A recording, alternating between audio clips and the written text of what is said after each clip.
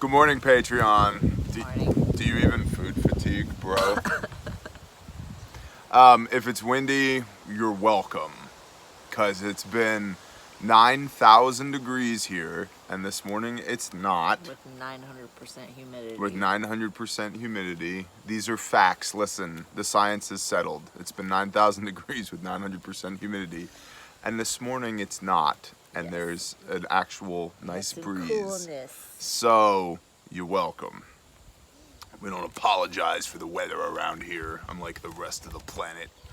Zachary Powers, storing spices, food fatigue, limited shelf life and potency. Paraphrasing what you asked. Basically, do we store spices? If so, what do we store and how do we store it? My expert is here. So, talk to the people. What do we store? What do we store? Spice-wise, we store lots of salt, lots of pepper. Like buckets of. Right. Yeah. Garlic powder, onion powder, chili spice. Yeah, like the spice mixes. Right. Or you're just talking about these No, with the. yeah, the little containers. Okay. So the chili spice, red pepper flake, dill, rosemary, thyme, which some of these I have growing. So Yeah, I wanted you to talk about a little bit. Yeah. About that. I'll talk about that. But what else do we have? We have blue totes full of spice packets. Right, like- like the seasoning, like chili seasoning. Taco seasoning. Right. Brookshire's makes it. If you're in Texas and you have a Brookshire's, their fajita stuff, I like it a lot. Mm-hmm. So if you're like, should we try this, honey? Bear likes it. So yeah, try it. We're not in Texas anymore. Right. Mustard. Yeah. I hear the baby. I hear the baby too. She runs like elephants walk. Boom, boom, boom. Here, pause for a minute. Let me go get her set. Oh, now I'm gonna have to edit. No, you just have to splice. No, but hopefully she'll wake up Bubba or 9. It'll be fine. No. It'll be fine. This is fine. She'll wake up one of the big kids. It'll be fine. Parenting. This is how you win. Right. This is called delegating. Oh, you big kids want to be big? Be big. Here, watch this child. Shut up, sheep. Go ahead. Curry seasoning. Mm-hmm. I think that's about it. And So we have a bunch of coffee. mint. Oh, here's the baby. See? Tick tock, tick tock, tick tock. Really is beautiful out here. Should probably finish this portion of the house over here as well at some point. Maybe that portion back there as well. We do call this place the land of almost for a reason, and it's because almost everything is almost done. The people we bought it from were in their 70s, and they were out of time, money, and interest, and energy. And they didn't finish a damn thing around here. But that's okay. They were good stewards of the place until we got here to take it over. Let's keep waiting on my wife. Okay. So I remembered some more while I was inside checking my spice cabinet. Basil and oregano. Yeah, basil and oregano and cumin. What about turmeric? I heard that it's like anti-everything, inflammatory, viral. Yes, we've got some of that. Okay. And we have a lot. I mean, it's hard to, Yeah. because like I'll find stuff on sale and Yeah, you get a lot of stuff from the clearance aisle at Walmart. yeah. I mean, you get And a lot not of stuff that- everything. Yeah, not stuff that we necessarily use every day. Like I picked up a thing of poppy seeds Right. and If it gets real bad, we'll make some opium.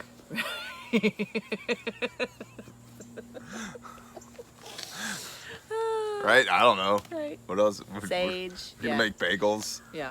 Have you a poppy seed bagel? It's gonna be wonderful. Cinnamon. You make me almost sugar now. So verklempt. Cinnamon. Yeah. Okay. So how do we store these things? In buckets. In buckets. Yeah. And totes. Mm-hmm. We vacuum seal our coffee. Yes. We have a lot of vacuum sealed coffee. And like I dehydrate and then vacuum seal our fresh herbs that I grow. And we have a food saver that one of y'all sent us. Thank you. yeah, Yeah. love it. Yeah, thank you. This was like 6 months ago. Yeah. I'm sorry I don't remember which one of you it was, but you're awesome. Bing. I feel like an a-hole now. I'm sorry. Okay.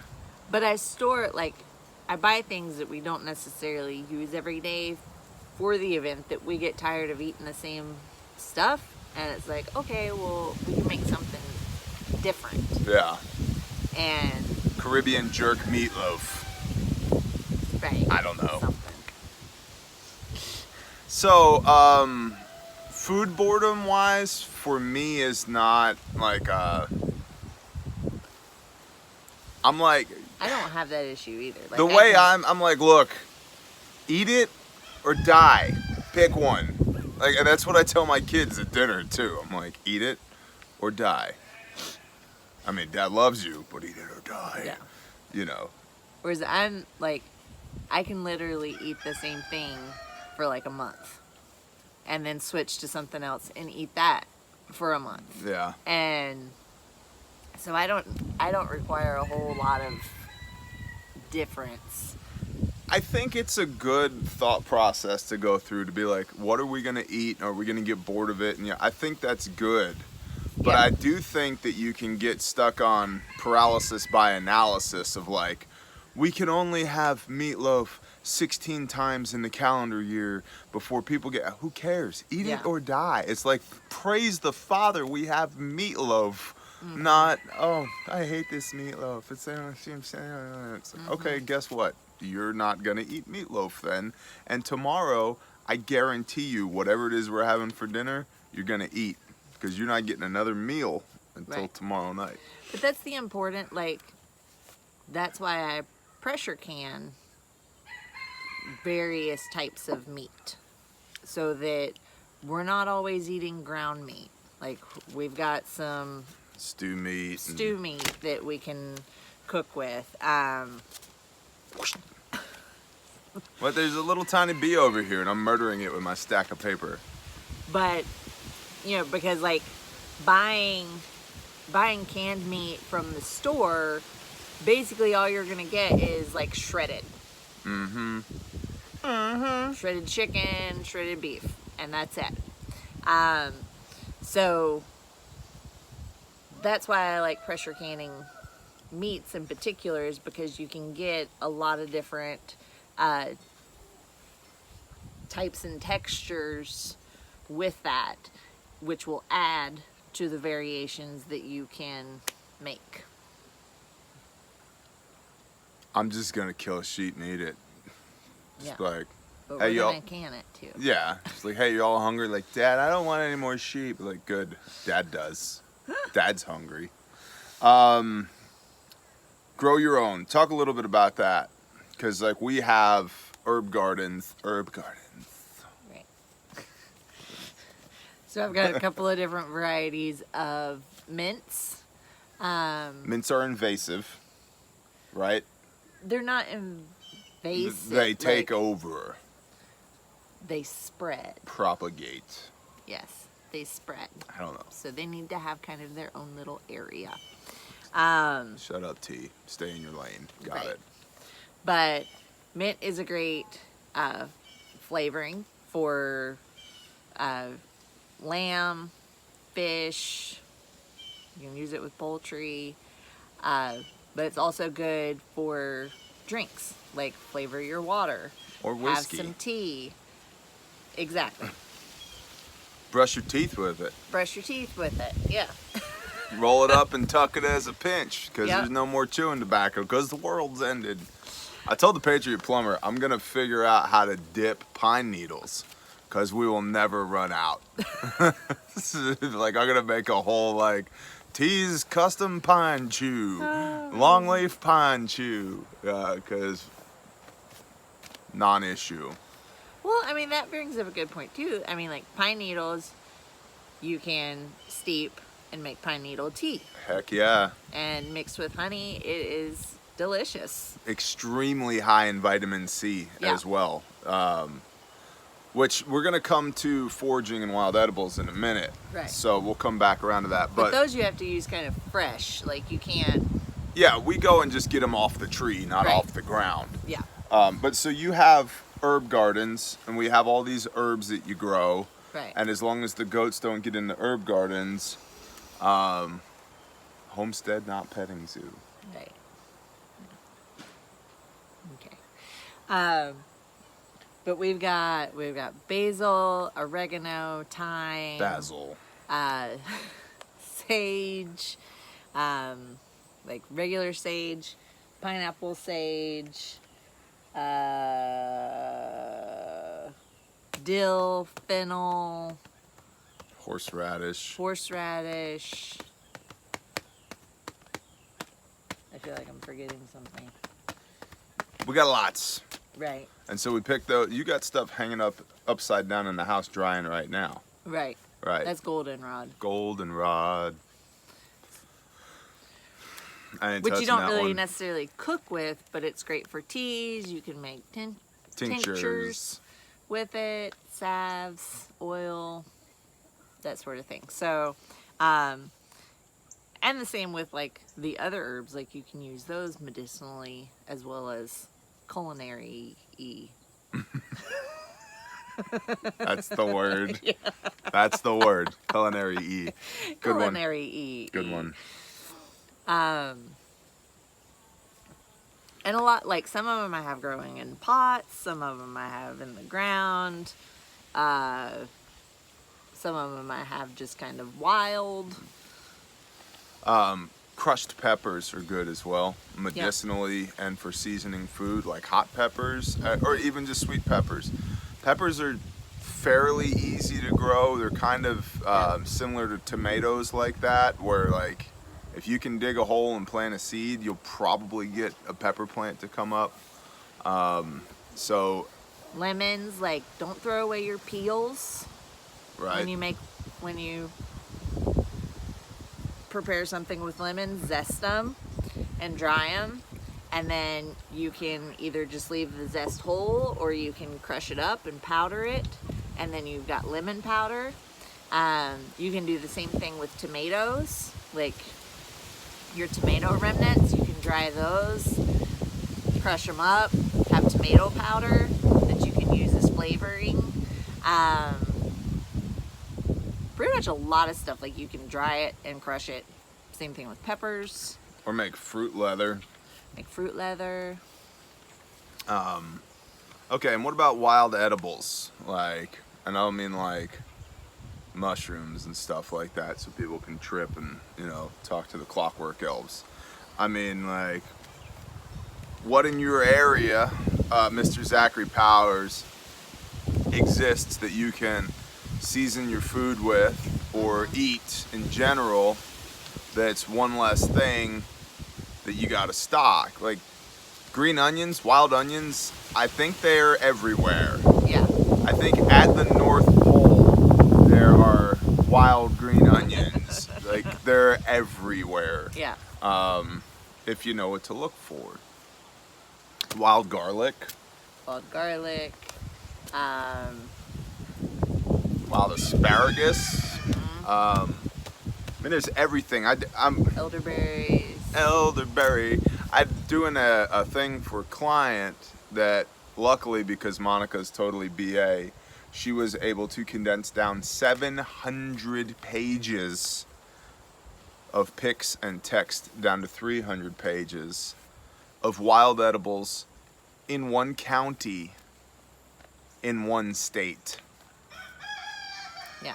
So if you just do your homework, I mean, and They're everywhere. the trick of it is, yeah, like you have to look in like the hedgerows, like near fields and ditches, like that's where, you know, because I feel like a lot of, I mean, not a lot, but a good bit of your viewers are still in suburbia. So they don't, like, it's been cleared, it's been sprayed.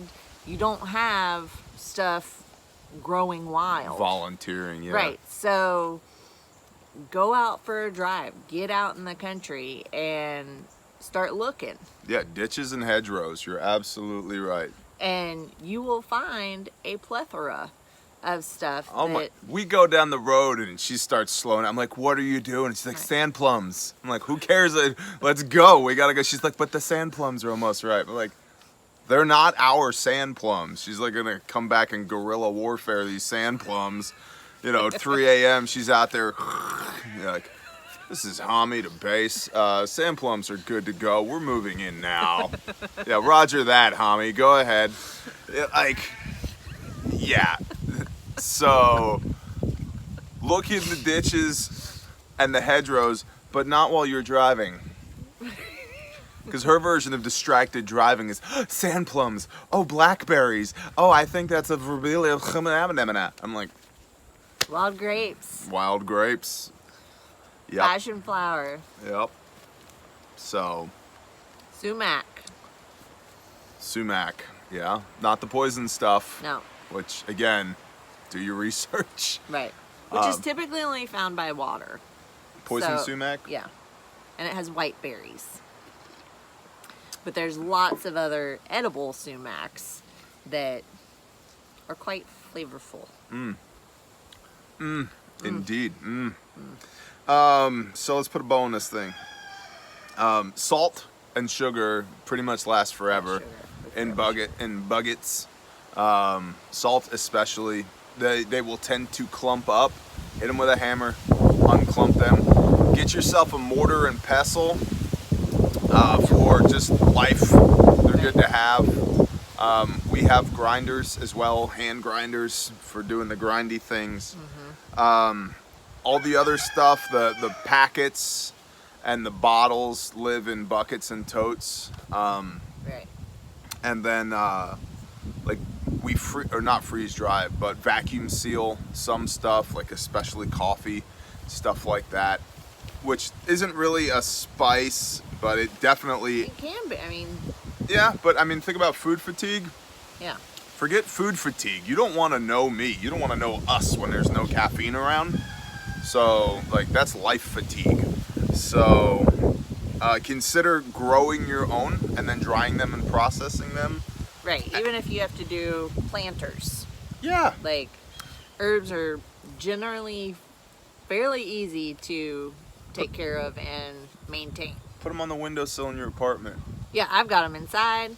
Yeah, Yep. I've got chives inside. I forgot about that. Yeah. And cilantro inside. Well, and like one of the things that we do is like pretty much, and we're gonna get even better at this because shout out to Granny Puckett. We were inspired by your homestead, how like there's just little clumps everywhere. Like that's the sweet potato patch. We're like, we like that. We like that a lot. And so we already have, like, I'm looking at 1, 2, 3, 4, 5. We're in the front yard, 5 little individual garden plots. To say nothing of the big intentional garden plots that we have elsewhere. Right. 3 of them, and then row crops over there in the thicket and blah, blah, blah. But Oh, we forgot about ground cherries. ground cherries, yeah, we're looking at them right there. Yep.